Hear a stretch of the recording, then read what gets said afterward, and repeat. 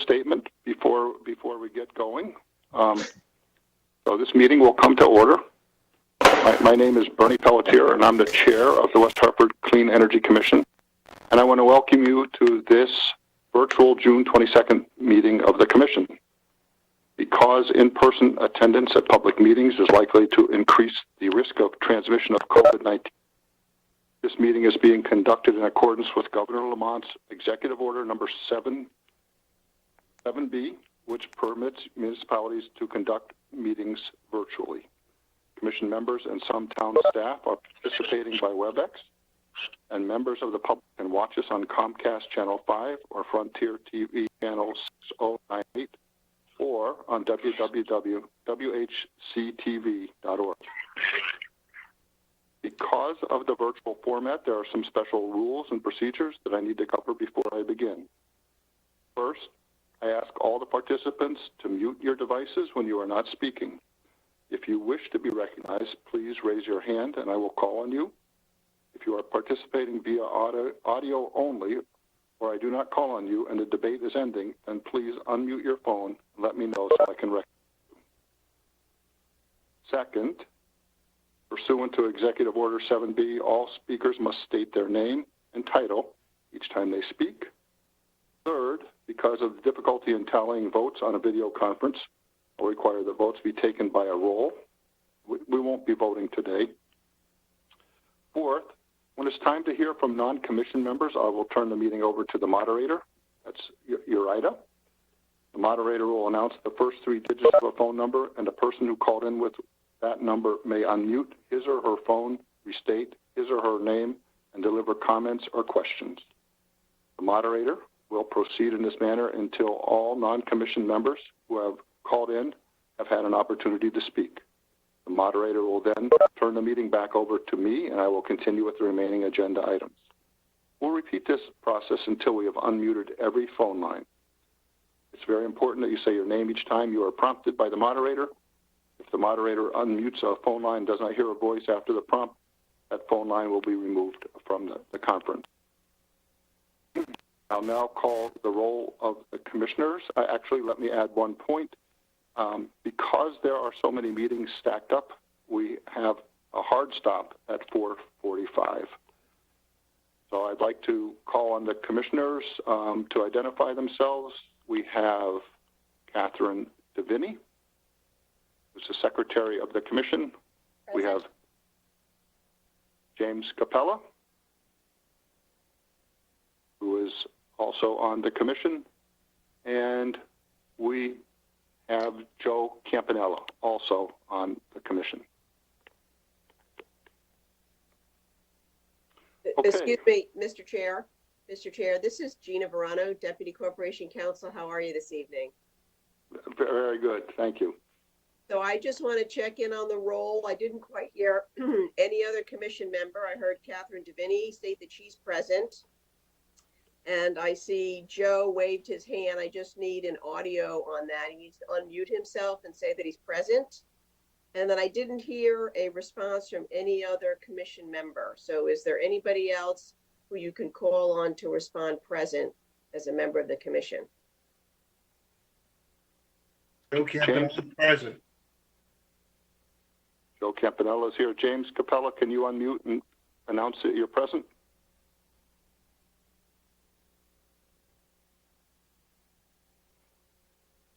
Well, maybe we leave that and say he's here in spirit. I'm present. There he is. You're present. Very good. Thank you. And with that, I would like to introduce the Commission and the plan. I'll just say that on the West Hartford Clean Energy Commission, we have Catherine Diviney, who you've heard from, Bob Palmer, who is also a town employee.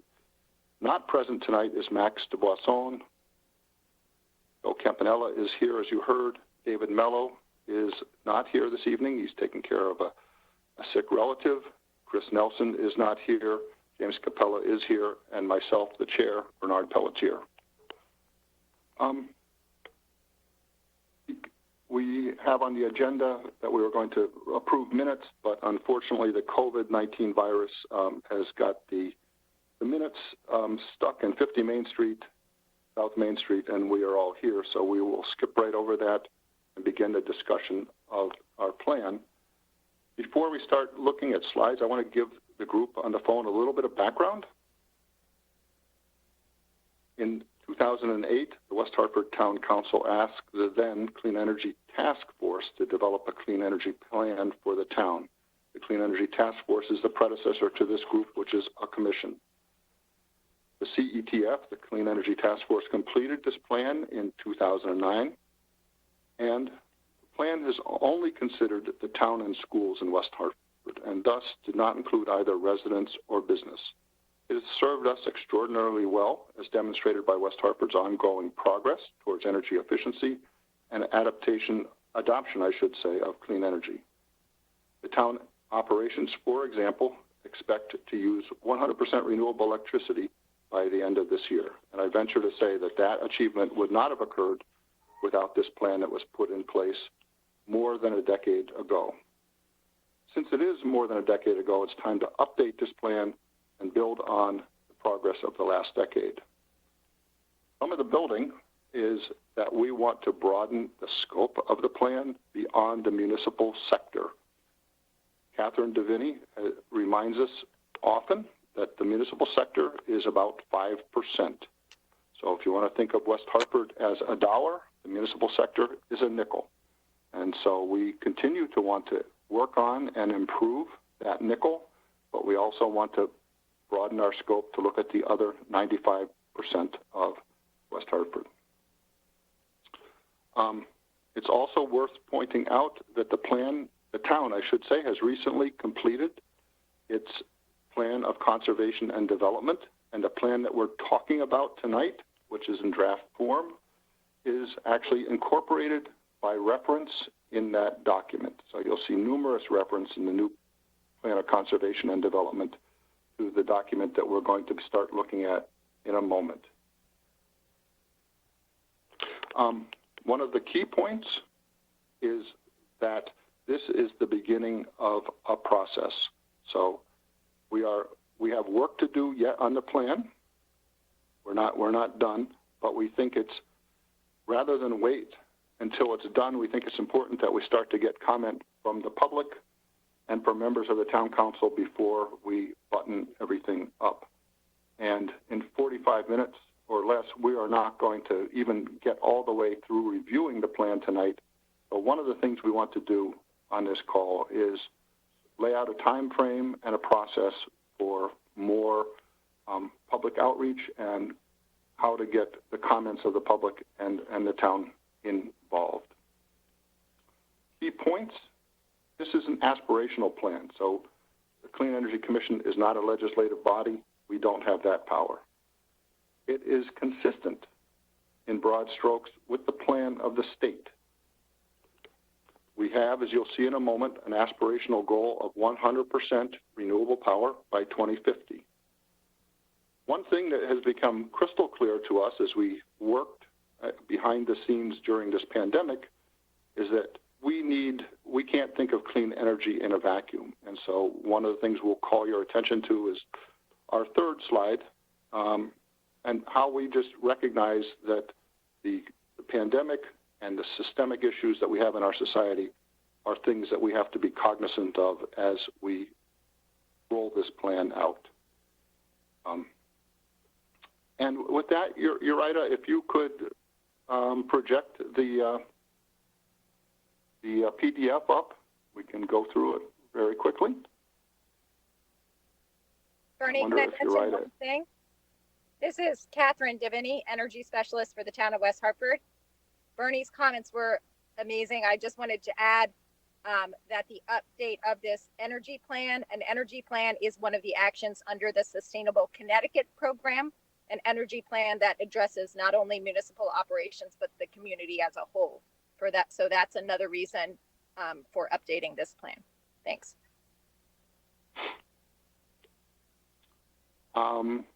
I wonder if Uriah can hear us. Let me just see if I'm going to chat to her.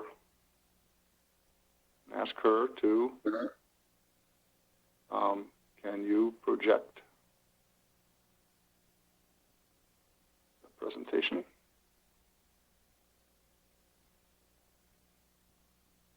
If not, oh, wonderful. Uriah, thank you so much.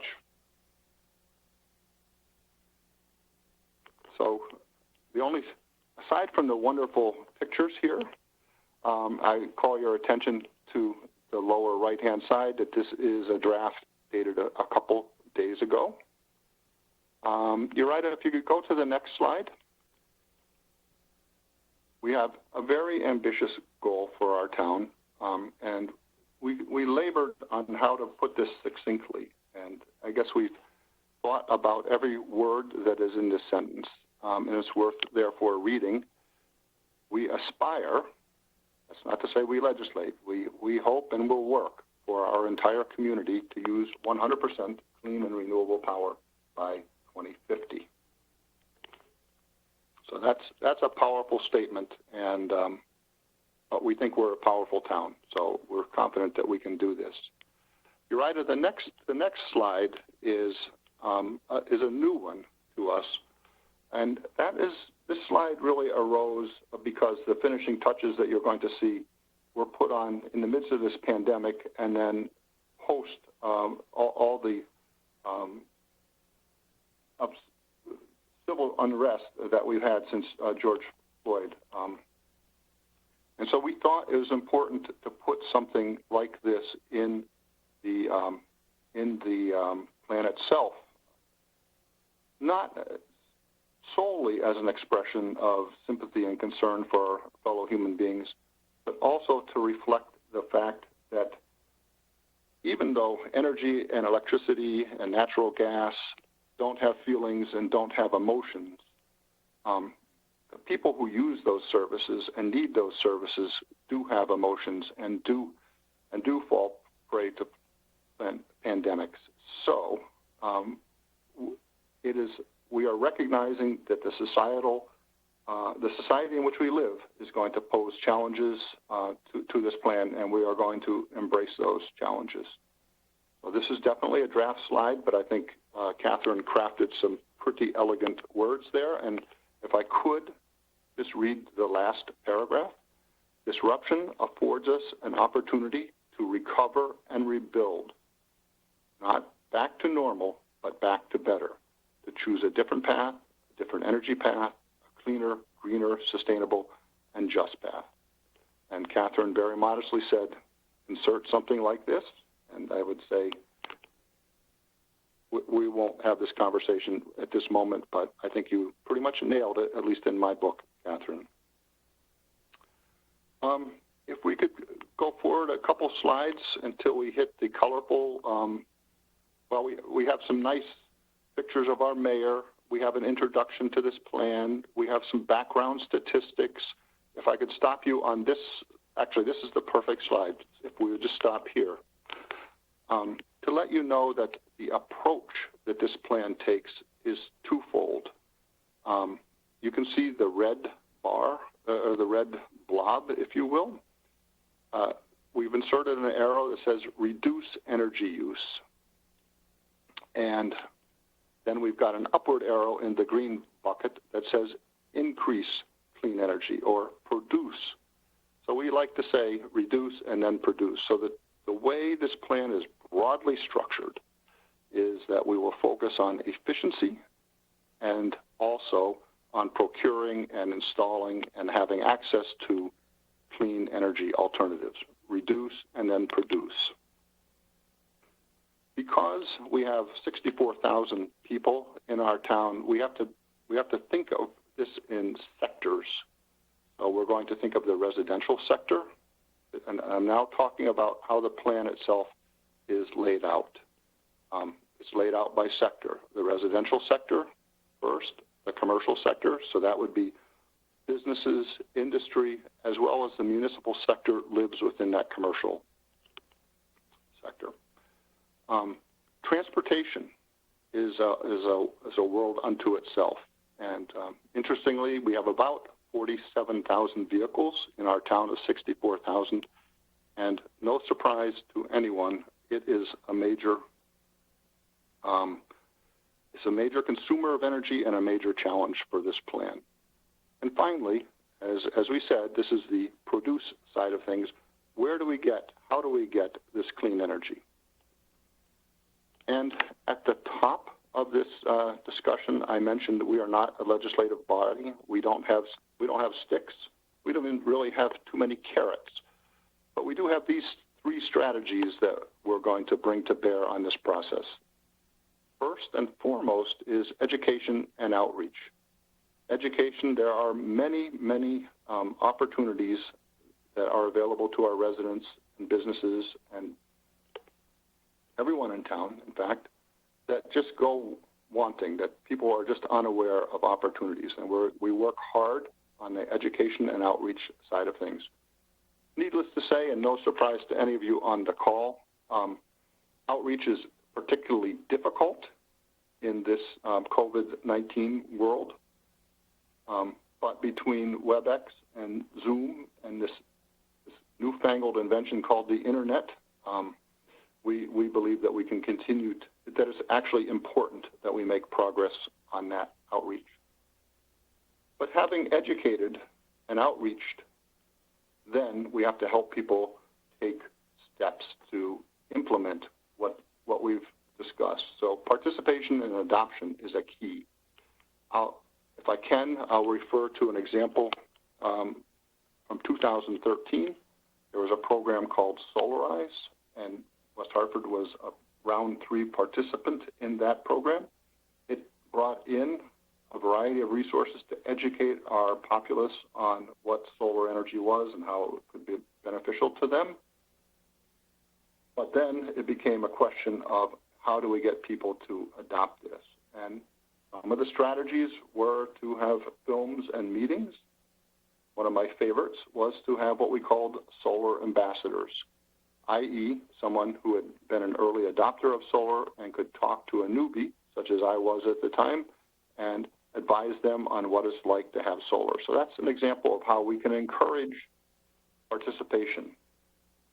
And then you are witnessing in our discussion of this plan, policy and planning. So to the extent that possible, we want to work with the town council and with the town in every possible way imaginable. And one way to do that is to articulate what we want in the form of a plan, which is what we are doing here this evening, and align ourselves where possible with those other bodies so that we can make things happen more effectively. And just one example of that is amongst the roughly 20 some odd commissions that West Hartford has, there is a pedestrian and bicycle commission, which is focused on transportation and bicycles, which are, by the way, a little bit more energy efficient than automobiles. And we also have a conservation commission, which is interested not particularly in energy per se, but they are interested in air quality and things that affect our environment. And the cleaner our energy sources are, the cleaner their environment is. So by virtue of having this plan, it serves as an outreach vehicle to those other commissions and parties. And Iraida, if you could advance a slide or so, I think it might be worth just looking at the residential sector as a sample. So if you could go forward. And she might be stuck. But there we go. Thank you. So each of those 4 sectors, residential, commercial, transportation, and clean energy, will have 3 pages devoted to it. And what you'll see on each of these, and we're not going to go into this small text, but just to lay the broad outlines of what we've crafted here is an introduction to the sector itself. And you can see we've got some local pictures. And then if we go to the next slide, what we want to focus on to the extent possible is being as numerically driven as we can. So Iraida, if it's possible, could you flip the slide?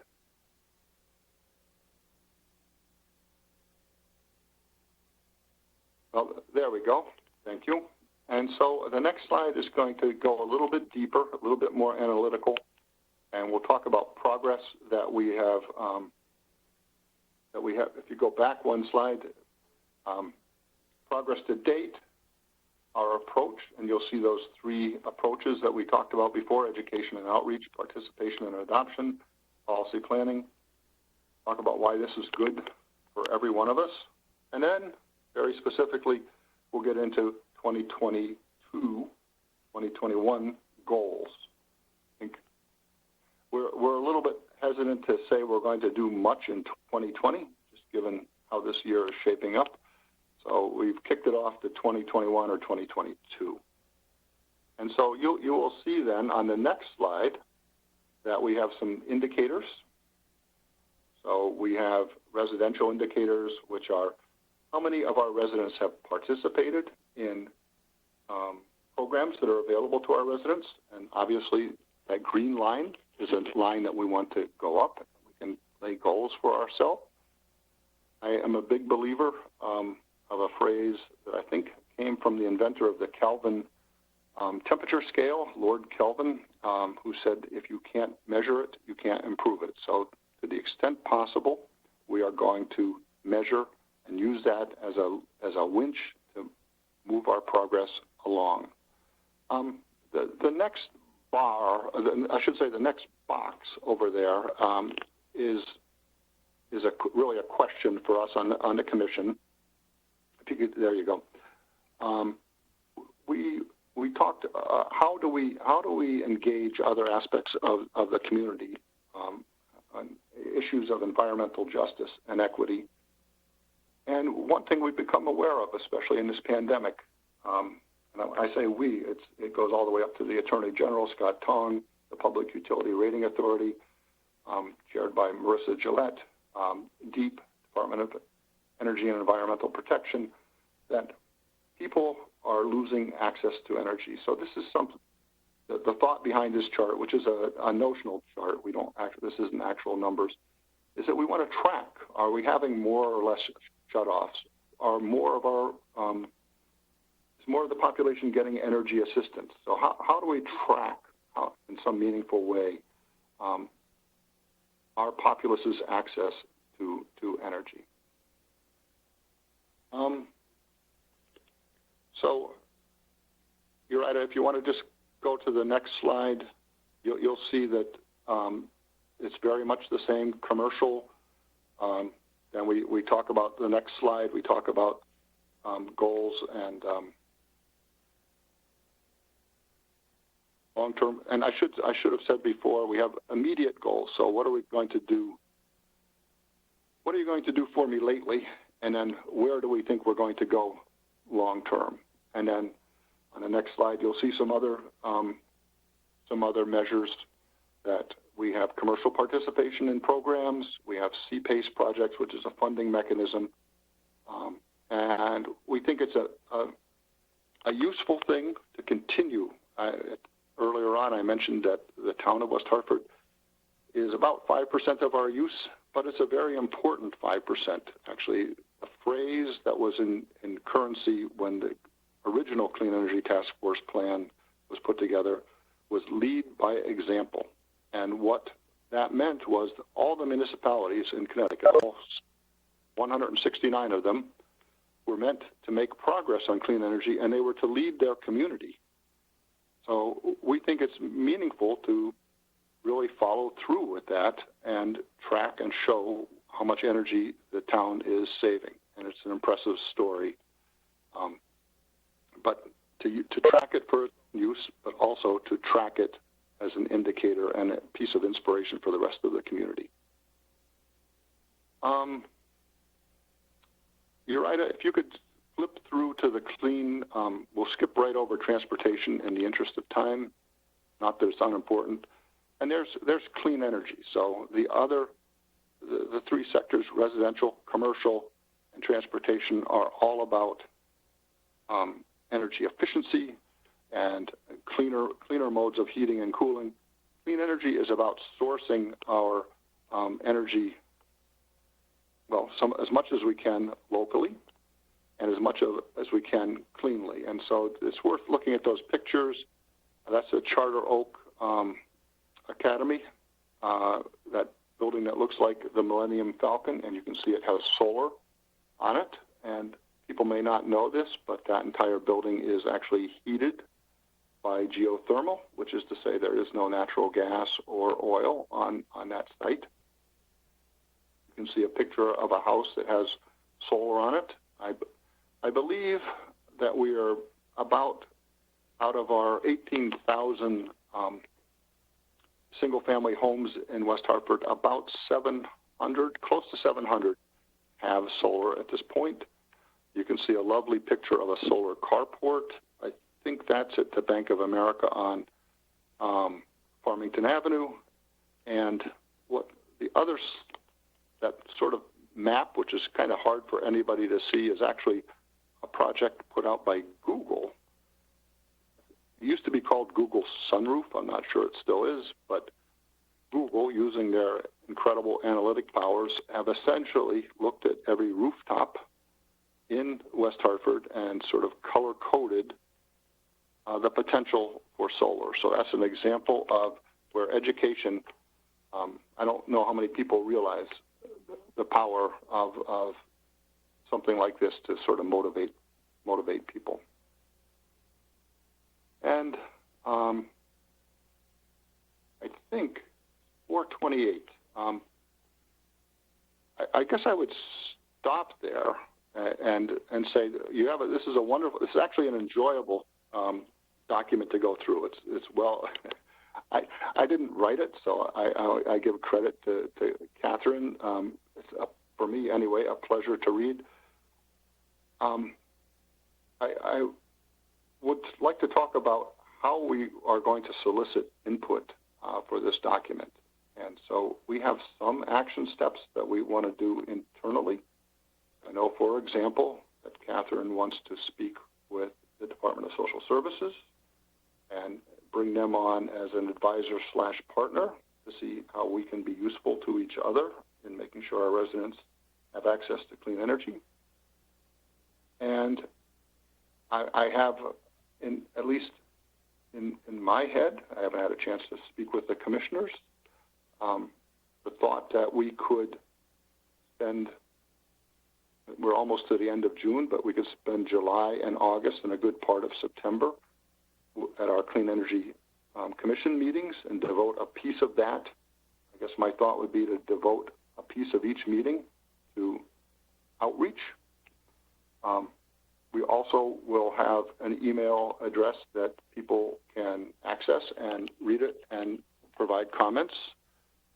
This is a process that many of us on the call used during the POCD process, where you have a document, you read it, and you write your comments into a process.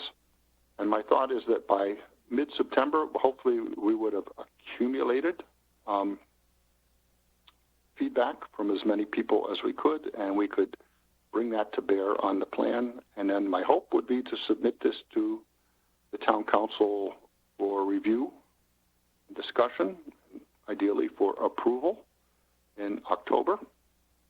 I guess I would ask the other commissioners, Catherine, Joe, James, if you have any thoughts on that and any further discussion.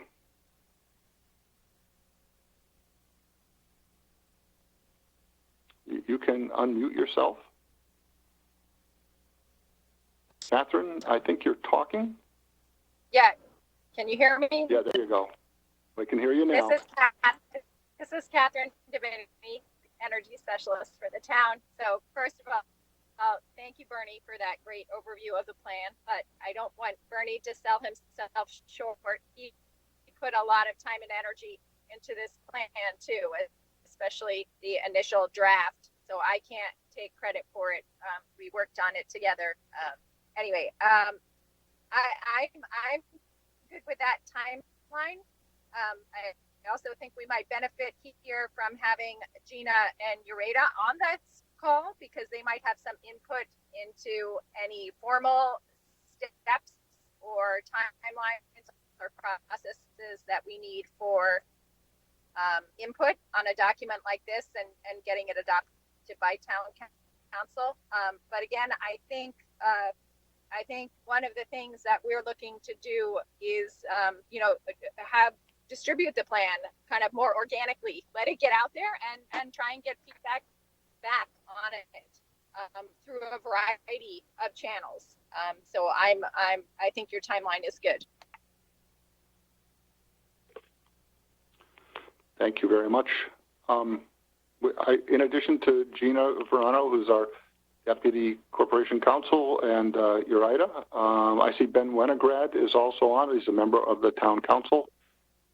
So we are open to any advice from any of you on the process that you would see would be a good way to go forward, getting feedback. And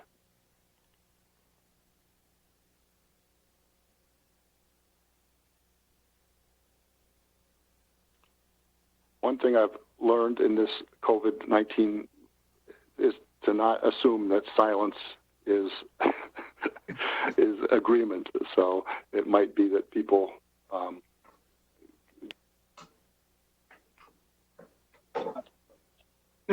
Thanks, Bernie. No, I think the report looks great. This is Ben Wenograd, account. I defer to Gina on sort of timing of stuff, and sort of what our history has been with this sort of report. Right now, we don't really have our normal committee structure set up, so it's a little.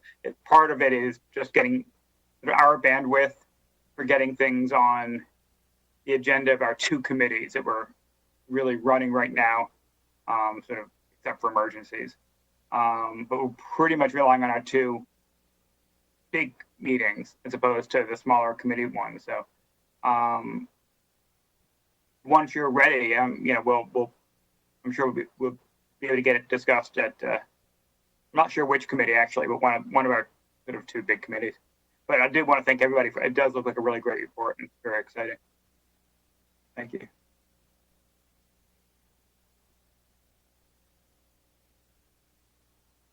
the bandwidth issue, because every Thursday or Friday I get several messages from the mayor, and I want to commend the mayor and the town council in totality for your guidance and leadership. And I recognize that in the scheme of things, as much as I'm excited by clean energy, I am more interested in survival of people. So I appreciate what you have done, and we will take our proper place in line with the priorities that this pandemic has put in front of you all. By the way, we are the only people in our neighborhood who ring the bell on Friday night. So,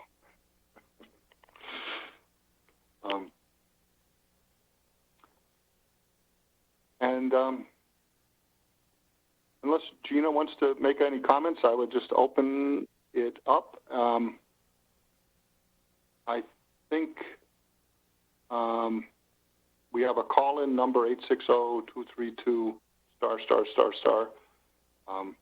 You probably want to identify who that person is.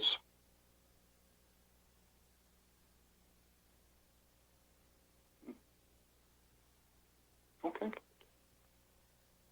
Could be me, Steve Sack. Steve Sack, yes. How you doing? Very good, Mr. Sack. How are you doing? Good, good. Hopefully everybody's made it through this issue well so far. Hopefully we'll see if this will be over soon, but time will tell.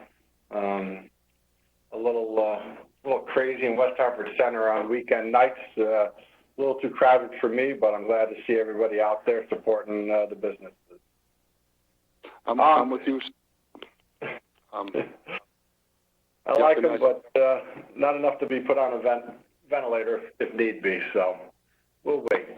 So going through some of this stuff, I have, as you guys know, some concerns about the state's, we're following on the state's pathway of full electrification. And this is really putting blinders on when we don't look at the electricity production into the grand scheme of greenhouse gas emissions. The state is, you look at, they're only going to look at your tailpipe and burner tip emissions. And when you go to electricity today and you say, well, you have zero emissions out of the house, that's not fully accurate when you look at the grand scheme of things. That we need to really look at life cycle analysis for everything. There also needs to be, in this plan, more fuel diversity. We can't put all our eggs into one basket of electricity. We talk about the heating sector here. On page 7 of the document. Okay, electric heat pumps can deliver efficiency levels of 300%. That's at a certain outdoor temperature, and as it gets colder, that efficiency level drops dramatically. I think it's just a little misleading in there by putting that in there. On page 9, it talks about that, by putting in an electric heat pump, you're going to lower your energy costs. Well, today you will not lower your energy costs. Even on Eversource's website, you're going to double to triple your cost to heat your home. The heat pumps use a lot of electricity to run those things, and so your overall dollars are going to go up tremendously. I think you should want to maybe take that out because it is not an accurate statement by any means. I know our state says, well, DeepUs said, well, it's not really going to cost you anymore because they're going to try and change up the rate structure system and basically potentially give you a reduced rate for your heat pump part, but then everybody else pays for that discount you get. So not everybody else knows that they're going to be paying for other people's heat pumps. And then on page 9, you're looking at target specific groups. I don't see natural gas users in here when you can use, a bioheat with biodiesel today and reduce your emissions greatly at zero cost, but the natural gas users are not being targeted. And, you've got your natural gas with all the leaking methane. We're not even going after that. I mean, the town of West Hartford has an enormous amount of leaking methane in town, and there's nothing on here to address those issues. That frankly, that doesn't even cost the town anything. Especially today when, after this whole shutdown, funds are short. This is not a cost to the town at all to go after these leaking methane pipes everywhere.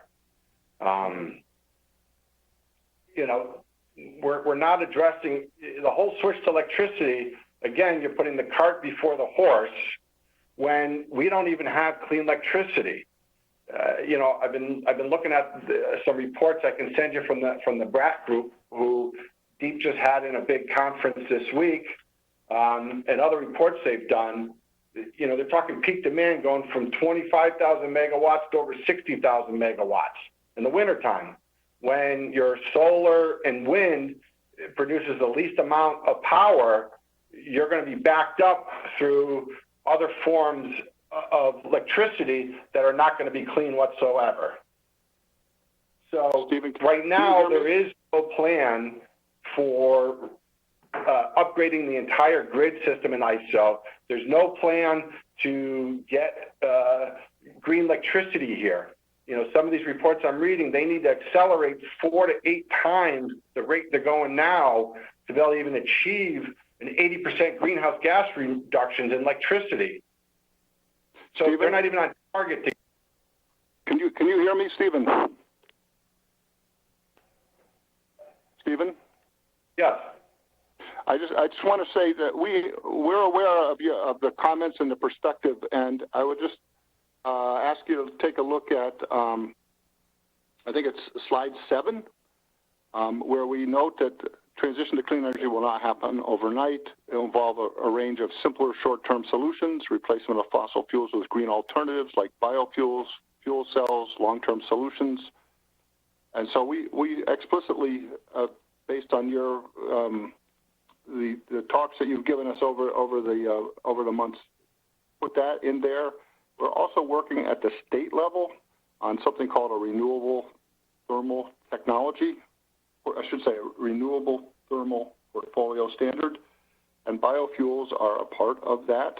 And so we've taken your point, and we'll certainly fact check all these things.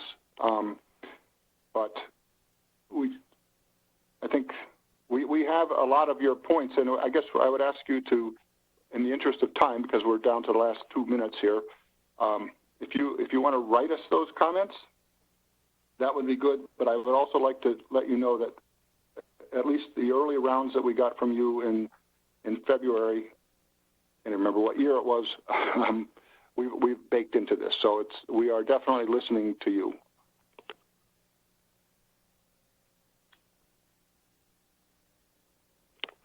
Are there any other folks that have a comment? Bernie, it's Pam Danowski. May I?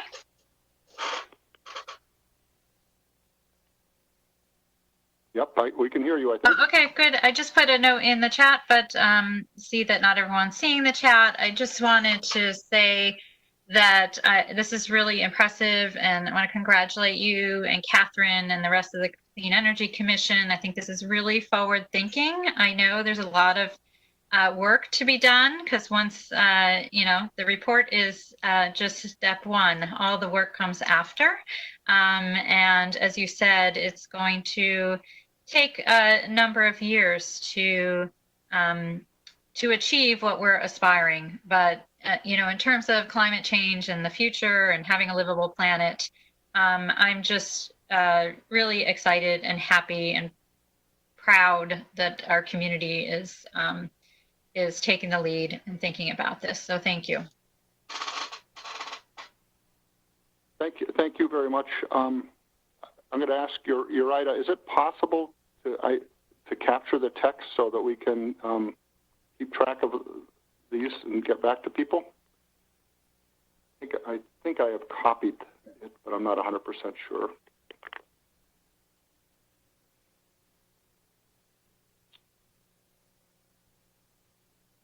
Okay. With that, I think we'll close out this meeting. I'm hoping that this will become more, we're going to get better at this. We'll be able to have it in the evening as was in the past. But for the time being, I'm grateful to the town and Gina and Uriah and all of you who have joined for taking time for work day and giving us this facility to speak with each other on this important topic. So thank you very much and stay safe. Thanks, Bernie. Thank you, Bernie. Thanks.